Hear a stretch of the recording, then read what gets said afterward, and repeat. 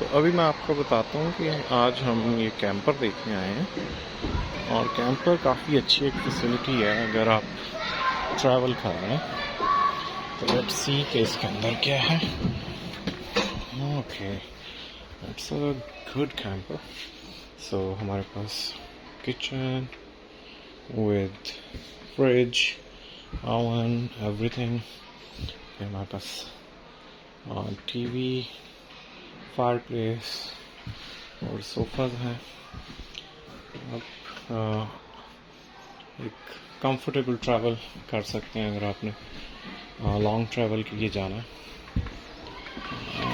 ये हमारे पास वॉशरूम है, बाथिंग फैसिलिटी है और ये हमारे पास बेडरूम है विद एक्स्ट्रा स्पेस। अगर आपके साथ बच्चे हैं तो आप ये बंकर फैसिलिटी भी यूज़ कर सकते हैं। आउटडोर व्यू काफ़ी अच्छा है।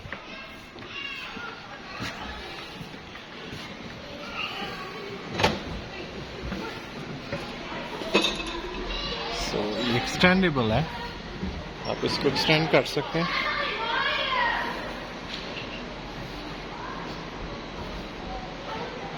देखिए काफ़ी एक्सटेंडेबल है और चार्जिंग कर सकते हैं। और हमारे पास आउटडोर फैसिलिटी है किचन की,